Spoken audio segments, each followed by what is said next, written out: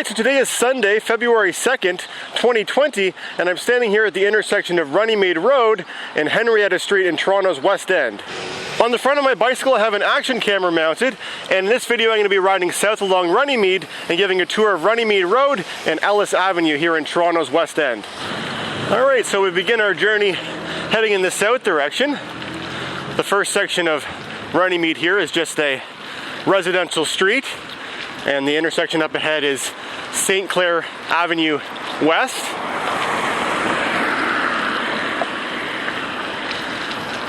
So today it's around 2 degrees Celsius.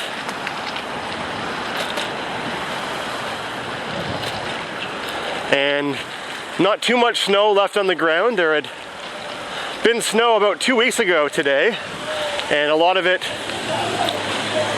sort of has melted since then. There have been a couple days, never any days when it's been extremely warm, but a couple where it's been above freezing, and also some where it rained, so that also helps to make the snow disappear. So south of St. Clair, Runnymede has a bike lane on it, and I'm just going to be passing underneath these railway tracks here.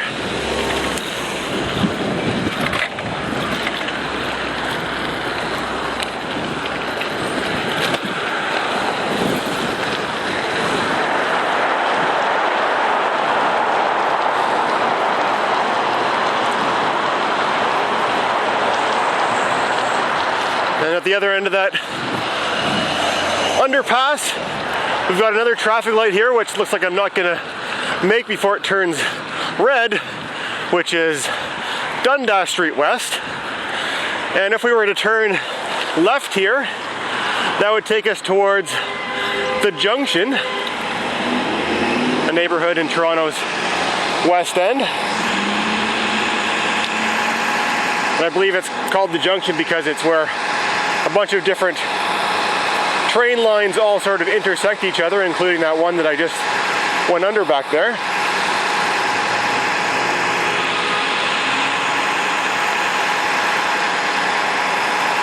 One thing I'll say is that when I make these videos, I try and do a little bit of research about the area before I do so, and I've done that about this area, but I'll be honest, this is only my second time ever riding this bike lane, and the first time was earlier today. So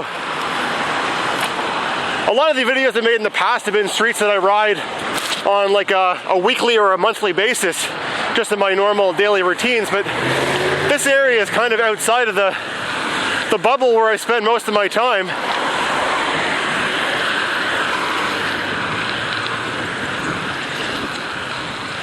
But I want to make these videos and show other parts of Toronto that other people haven't seen before, including myself. So we're just going to be crossing St. John's Road here. So this area, as I mentioned, or this street here is called Runnymede Road, and this area surrounding it is also called Runnymede. There's a lot of businesses and public establishments that have Runnymede in their name, and that name dates back to the early estate, the property that all this land belongs, the property that all this land was subdivided from was once one giant estate, and Runnymede was not the name of the family that owned it. It was rather just the name that they chose for the estate. And I believe the name comes from England.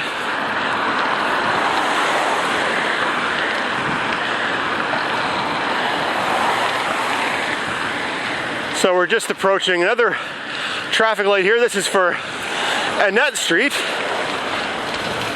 Annette Street is an east-west street that is the western extension. Basically, it aligns with DuPont Street, which is the street that I made my bike riding video on yesterday. So in fact, the place where I started that last video was at that intersection of DuPont, where DuPont changes and becomes Annette Street. Annette Street does have a bike lane on it, so it's one that I would like to ride and make a video of in the future. I have ridden on Annette Street before. We're just passing a fire station 424.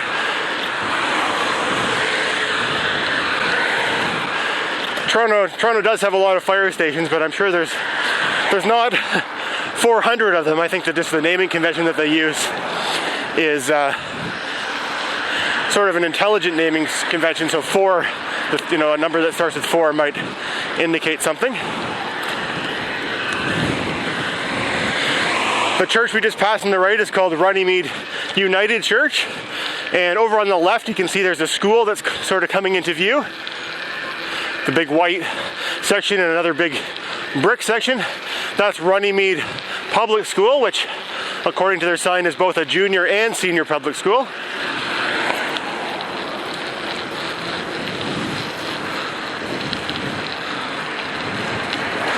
But yeah, like I said, a lot of things here are named after Runnymede.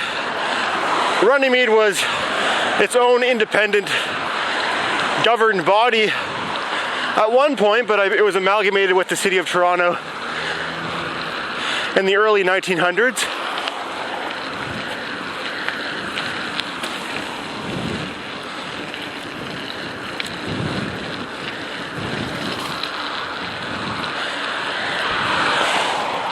And yeah, so where we're riding right now, the next major intersection to the west of here is Jane Street, which is a major north-south arterial road.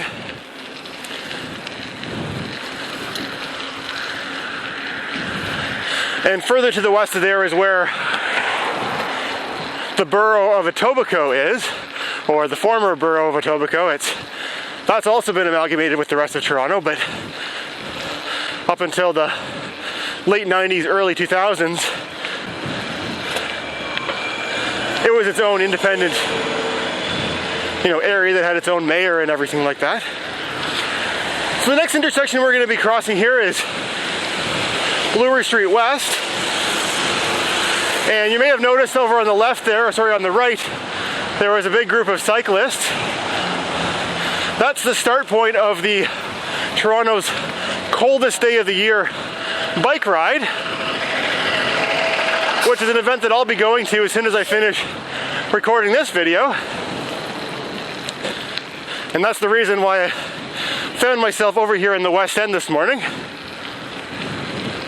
There's a cat crossing the road up ahead. So now that we've crossed Bloor, we're no longer in that former area that was Runnymede. We're now in the former village of Swansea, which was another area that was independent from Toronto. In fact, they didn't amalgamate with Toronto until 1967. So they were one of the last to join up until the late 90s, early 2000s. We're just crossing a road there called DeForest Road.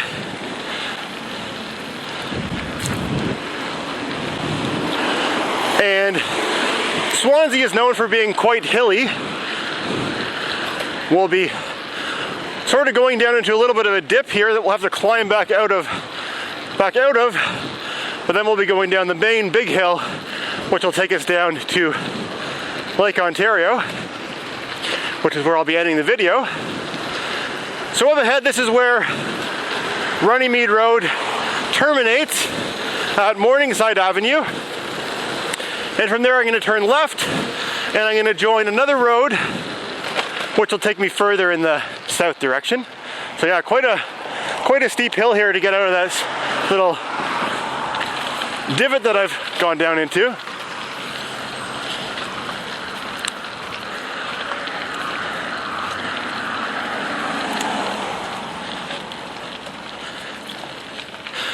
And when I think of this Swansea area, particularly the area that's sort of to the eastern edge of Swansea, which is kind of where Swansea borders with Toronto's large park called High Park, that reminds me back of the 2015 Pan Am Games, which were held here in Toronto. And I'm going to turn right here onto Ellis Avenue, which will take me all the way to the end of my destination. But yeah, mostly downhill from here. But yeah, sorry to continue what I was saying about the Pan Am Games. Back in 2015, Toronto hosted the Pan Am Games, and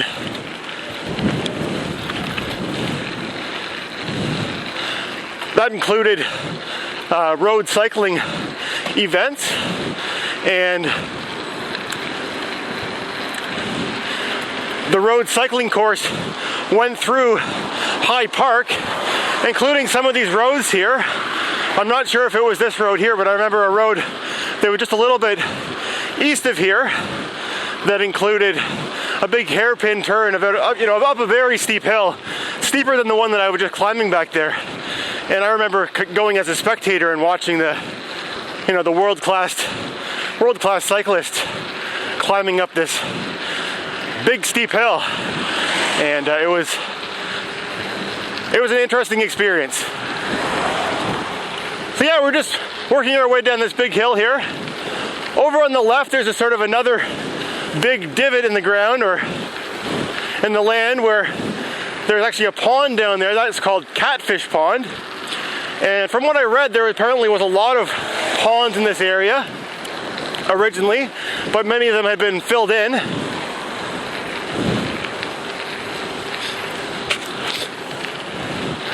Unlike Runnymede being the name of the estate that formerly occupied this land, Swansea was the name of a big factory that dominated a lot of this land. It was the company owned a very big plot of land. And the area, many of the people that lived around here worked at that factory.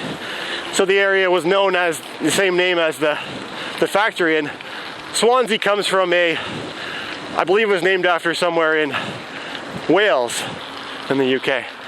You can't really see it, but over on the left there's another pond sort of behind those trees, and that is Grenadier Pond, which is much bigger than that catfish pond that we just saw.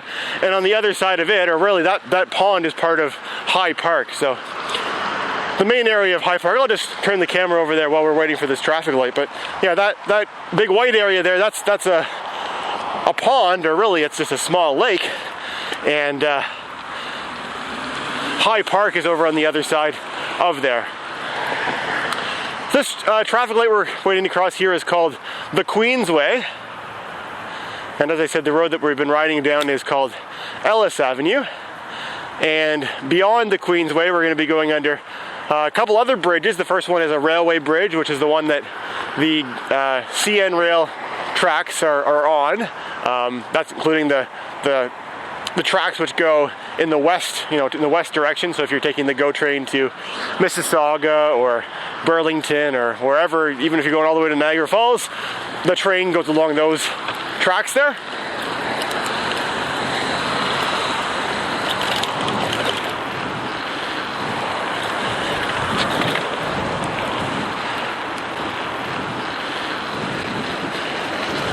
And then the next bridge after that is for the Gardiner Expressway, which is a elevated highway through the south end of Toronto. And then the next traffic light we have here is for Lakeshore Blvd, which is a main boulevard which goes along the lakefront of Toronto. And at some points, the Gardiner goes on top of Lakeshore Boulevard. But in this area here, the two are separate. But anyway, here I've arrived at Lake Ontario. I hope you enjoyed joining me for this narrated tour. If you watched all the way to the end of the video, I'd love to hear your thoughts in the comment section below. And thanks for watching.